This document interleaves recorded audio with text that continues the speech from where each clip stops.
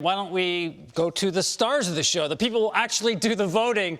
Baseball Writers Association Award. And here we have three voters with us. Joel Sherman, New York Post. Mark Feinsand, MLB.com. Jesse Rogers, ESPN.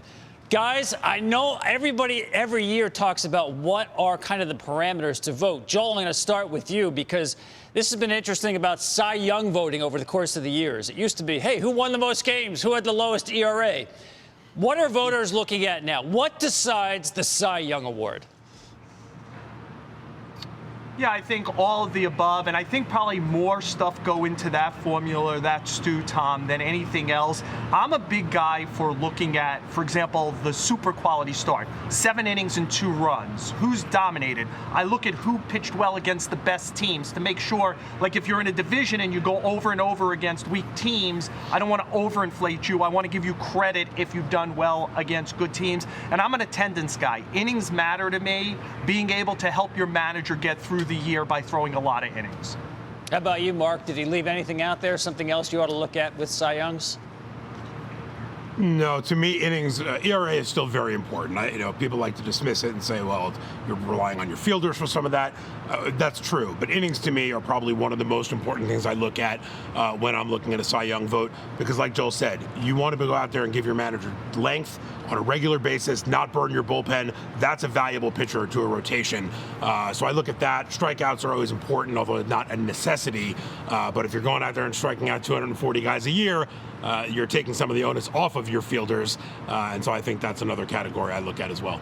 Hey, Jesse, we haven't heard pitchers' WAR mentioned yet. Does that factor in, or maybe that's a little bit different for pitchers? Yeah, probably a little bit different for pitchers. ERA plus kind of normalizes it across the league, ballparks and all that. I throw that into the mix as well. Innings is interesting, definitely important. But remember, the pitcher doesn't decide when he comes out a lot of times. Brandon Pfaadt still wants to be pitching in some of those playoff games. So it definitely stands out when a guy has 180, 190, 200, and another contender has 150. But I think you have to remember the era that we're in right now. So it certainly is a combination of factors, as these guys said. But I don't know that WAR among pitchers is as important as maybe position players. All right, guys, let's go a little old school right here and talking about the MVP award and statistical milestones, right? Remember Miggy Cabrera with the Triple Crown last year?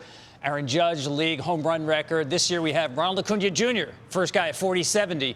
Jesse, I'll start with you. Statistical milestones, do they really matter? Can you win the MVP award on that? No, they don't matter in that sense, but they're a data point. If you've done something no one else has ever done, that's going to stand out on its own. But if your competition's also done things that others have never done, that's going to stand out. So it's just another data point. The fact that Acuna hasn't, the clubs that he's achieved, so to speak. So it's a data point you use, but that alone isn't going to win you the award. Tom, I'm not a big milestone guy. One of the first, I think the first major assignment I went on when I was 21, it was Wayne Gretzky was going to be the quickest player to 1,000 points. And I was about to leave, and the oldest guy in my office said to me, remember, he's also the quickest guy to 999 points, but we have 10 fingers, so we care about things that end in 0. So I've always learned to not really care that much about it. Joel, you're a writer. You're supposed to care about narratives. Let's talk about what I call like the ink blot test. That's manager of the year, right? He really can't go much on stats. Yeah, sure, wins, maybe 1 lost record in 1-run games. But when it comes to managers, and Mark, I'll start with you here, what is it that you're looking for? What decides manager of the year award in both leagues? I usually tend to look at the manager who got the most out of the least, because you can put a manager with a team with a huge payroll and stars all over the field, and chances are most managers are going to lead that team to a good record. You look at guys like Brandon Hyde in Baltimore. They didn't do a whole lot in free agency last year, looking to build on 83 wins. Well, they certainly built on it with over 100 wins this year. You look at what they did in Miami, Skip Schumacher. You wouldn't have thought that was going to be a team that was really going to be contention. Negative run differential this year. He still got them to the playoffs. There was certainly some luck involved there. But I look at the managers who did the most with the least and kept a clubhouse that might not have truly believed that they were as good as they could be before a season together, and they accomplished good things. Yeah, I wonder if this is the award, Tom, we get wrong the most because we are, instead of looking at someone like Craig Counsell, who's probably kind of combines leadership and the ability to tactically win a game for his team. I think he's finished second 3 times. We look for that narrative.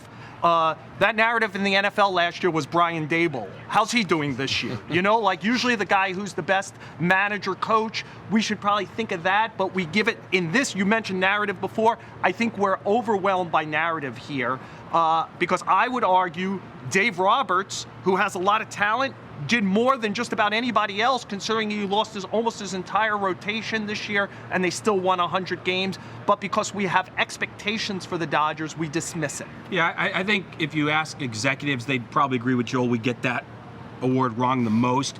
I think most unexpected team kind of works, but then again, who are setting those expectations in the first place? I think this is one award you got to use the eye test. Right? It can't be just the biggest improvement. It can't just be the team with the... Did you battle through adversity? Did you have a young team sort of grow together like Torey Lovell and the Arizona Diamondbacks? So I think there's a lot of factors involved. And for those of us that cover the game daily, using your eye test is important. That doesn't mean you have to be at every game, but just be aware of what's going on with every team and maybe be aware, at least on some level, what that manager is doing to bring that group together. All right, last thing, real quick, going down the line here, Joel, Mark, Jesse, the one BBWAA award you're most intrigued about this year. Joel, lead us off.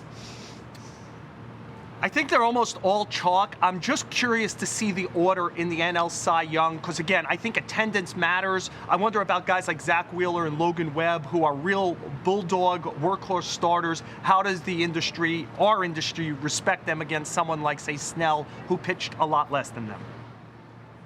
I agree with Joel. I think, the player awards seem to be, I don't want to say locks, but there's a front runner clearly in each category. NL Manager of the Year to me, most interesting race. You've got 3 very deserving finalists, and I'll be very intrigued to see how that one plays out. Yeah, I'll go back to the Snell discussion. We just talked about some of the stats we use for Cy Young. We all mentioned innings. So where does that matter in terms of the ranking, because Snell is probably going to win it. And Mark's also right about NL Manager of the Year. It's just all sorts of different people involved in that. You have a front runner, so to speak, a team with a manager who had a great team, and then you have a couple managers that sort of brought their teams together and had good seasons. So maybe NL Manager of the Year for me as well. Joel, Mark, Jesse, great stuff. I enjoyed our fireside chat.